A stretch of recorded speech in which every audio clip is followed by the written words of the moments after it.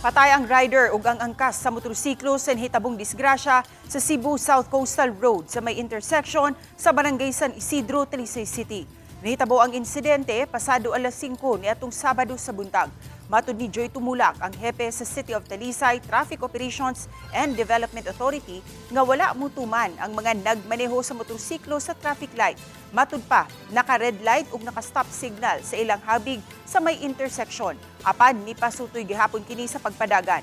Paglabang diha sa CSCR, hinungdan nga nadasmagan kini sa usa ka SUV nga nagdagan paingon sa south. Go signal sa iyang habig ni atong higayuna. Tungod sa impact, nalagpot ang mga nakasakay sa motorsiklo ug nalabay sa Picas Lane nga pa-northbound ug naigo sila sa naghunong nga mga sakyanan.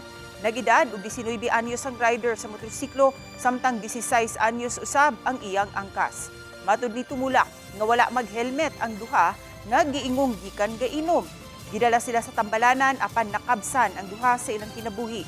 Nakaangkon usab og injuries ang 54 anyos nga driver sa SUV. Gipaabot pa sa kapulisan ang kapulisan sa pamilya sa duha ka mga biktima kung mupasaka ba og kaso o kaha makig-areglo. Tiya dapit na sa may iskina San Isidro, kining manag-uyab nga nagsakay og motor, bisan na matuod og stop signal, nipadayon sila sa pagpadagan hangtod nga naigo sila sa maong abansa. Inisyal lang ang mong nahibawan is katong mga biktima, gikan to sila nga nag-inom